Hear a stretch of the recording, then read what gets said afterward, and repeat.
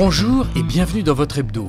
Première victime des accidents de la route, les jeunes sont un public particulièrement vulnérable. La caravane de la sécurité routière est passée par le Collège République pour sensibiliser les collégiens aux risques de la route. En fin de journal, Marie Lesage, responsable de la Coop Anam, sera notre invitée pour nous éclairer sur le fonctionnement de cette coopérative d'activité et d'emploi. Mais pour commencer cette édition, rendez-vous au laboratoire d'éthologie de l'Université Paris-Nanterre. Source inépuisable de ravissement, le chant des oiseaux est aussi un domaine d'études scientifiques.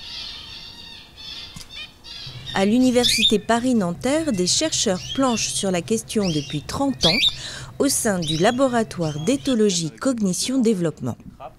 Diamants mandarins, canaris et perruches calopsites, nés en captivité, s'y reproduisent et y chantent sans difficulté. Chez les oiseaux, on va retrouver près de 9 000 à 10 000 espèces d'oiseaux.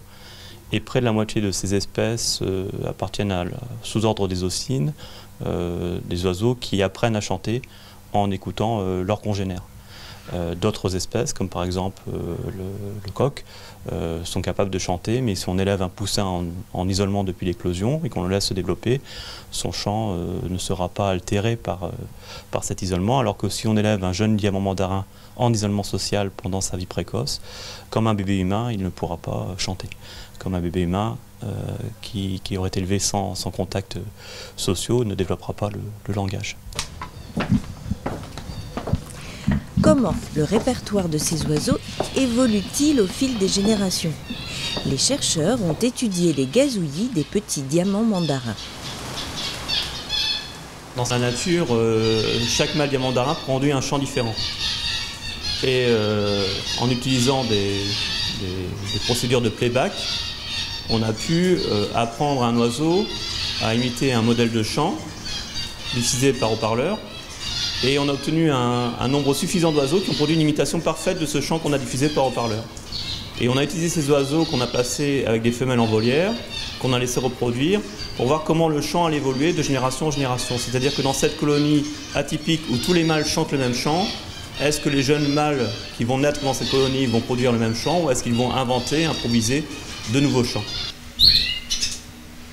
L'étude en laboratoire permet d'isoler les individus pour les enregistrer.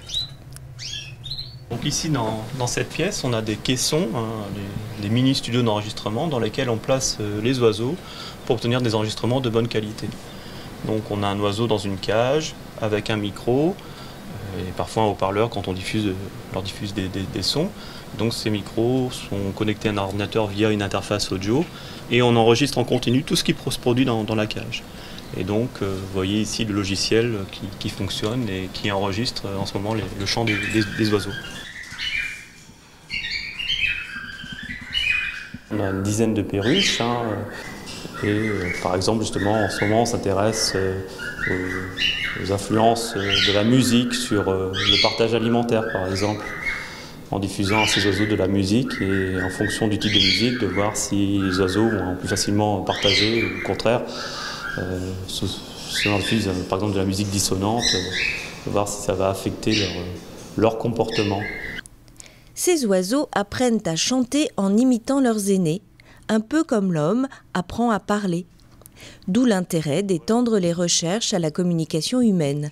Depuis 2015, un Baby Lab étudie les interactions précoces des bébés avec leurs parents. Le rapport entre les bébés et les oiseaux, oui, c'est justement l'apprentissage vocal qui nous intéresse, cette capacité d'imiter des sons produits par les congénères. Et puis, on peut aussi trouver des parallèles intéressants à différents niveaux, non seulement au niveau comportemental, mais aussi au niveau neurobiologique. Ici au laboratoire, on ne travaille que sur le comportement des oiseaux, mais on a des collaborations, par exemple avec l'hôpital de la Pitié-Salpêtrière, pour faire de l'IRM chez l'oiseau, pour observer ce qui se passe dans son cerveau lorsqu'il entend des chants, par exemple. Les statistiques le démontrent, les jeunes sont les premières victimes des accidents de la route. Pour sensibiliser ce public particulièrement vulnérable, des actions sont menées dans les collèges volontaires du département à Nanterre. 2 établissements participent, dont le collège République. La zone du collège est légèrement accidentogène, notamment à cause d'une voie qui longe le collège, même si elle est protégée du collège. Et il y a des bus qui passent régulièrement, des gens qui grillent les feux, donc ça nous semblait important de pouvoir sensibiliser les élèves aux problématiques des accidents. 4 ateliers constituent le parcours mis en place par la caravane de la sécurité routière qui anime l'opération. Premier d'entre eux, le simulateur de conduite d'un scooter. Ça sert à faire attention si un jour on conduit un vrai scooter. Faut faire attention aux piétons, aux voitures et aux feux rouges, tout ça. Faut pas aller trop vite. C'était difficile, j'arrivais pas parce que en fait les boutons ça ressemblait un peu trop et j'avais des difficultés. Mais la prochaine fois je vais essayer de faire mieux parce que là je pense que je pourrais pas faire un scooter facilement comme ça. D'autres ateliers sont proposés aux élèves, comme l'initiation au premier secours, l'analyse d'un accident ou les conséquences d'un accident grave sur nos projets de vie. Chaque session dure 1 heure. Alors, ce qu'on va leur dire à travers des tests simples comme ça, en permanence, c'est avoir une attention soutenue permanente. Une concentration efficace, on va dire, à n'importe quelle heure de la journée, ce qui n'est pas le cas avec des élèves de 5e, par exemple. C'est cet ensemble des ateliers qui va faire naître en eux ce qu'on appelle on souhaite une réflexion, et souvent après, ils en parlent entre eux. Une bonne majeure partie arrive justement à pouvoir concevoir que, en effet, je peux rater ma vie. Les collégiens sont directement concernés puisque la conduite d'un scooter est autorisée en France dès 14 ans avec le permis AM. Mais la route, c'est aussi les piétons et les vélos. Dans les Hauts-de-Seine, 626 jeunes âgés de 11 à 15 ans ont été tués ou blessés dans un accident de la route entre 2010 et 2014.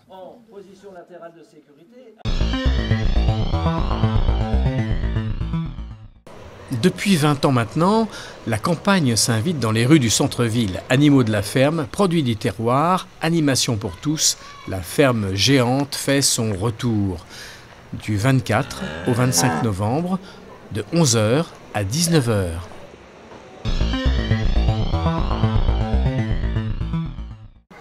Acteur important de l'économie sociale et solidaire à Nanterre, en particulier en matière d'insertion, la ressourcerie Le Cercle organise des portes ouvertes à l'occasion du mois de l'ESS.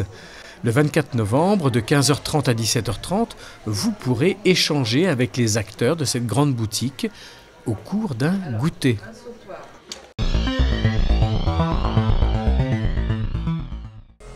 Le festival Les Arènes de la danse et du cirque donnera le 22 novembre prochain le coup d'envoi de sa 10e édition.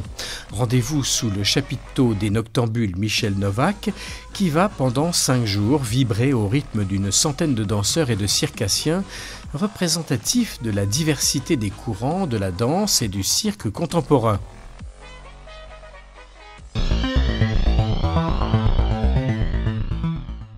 Le mois de novembre est le mois de l'économie sociale et solidaire. Parmi les nombreux acteurs présents à Nanterre, il y en a un particulièrement important, la coopérative Copenham.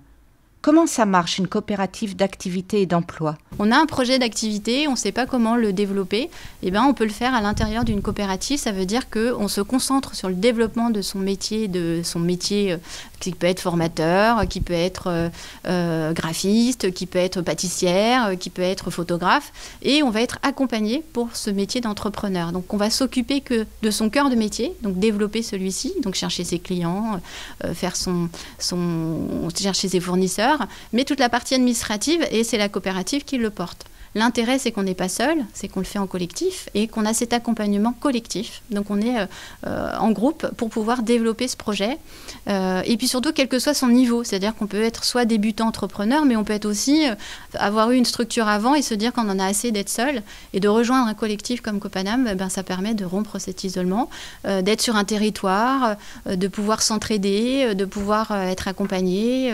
Notre objectif, c'est d'être une mutuelle de travail. C'est bien que l'entreprise nous appartient. Cette coopérative, elle nous appartient. Donc, on a vocation à devenir associé de la coopérative. On a un peu 3 casquettes. Une casquette d'entrepreneur et on développe son activité. Une casquette où on est salarié, puisqu'on se salarie en fonction de son chiffre d'affaires. Et une casquette sociétaire. On devient sociétaire de la coopérative au bout de 3 ans.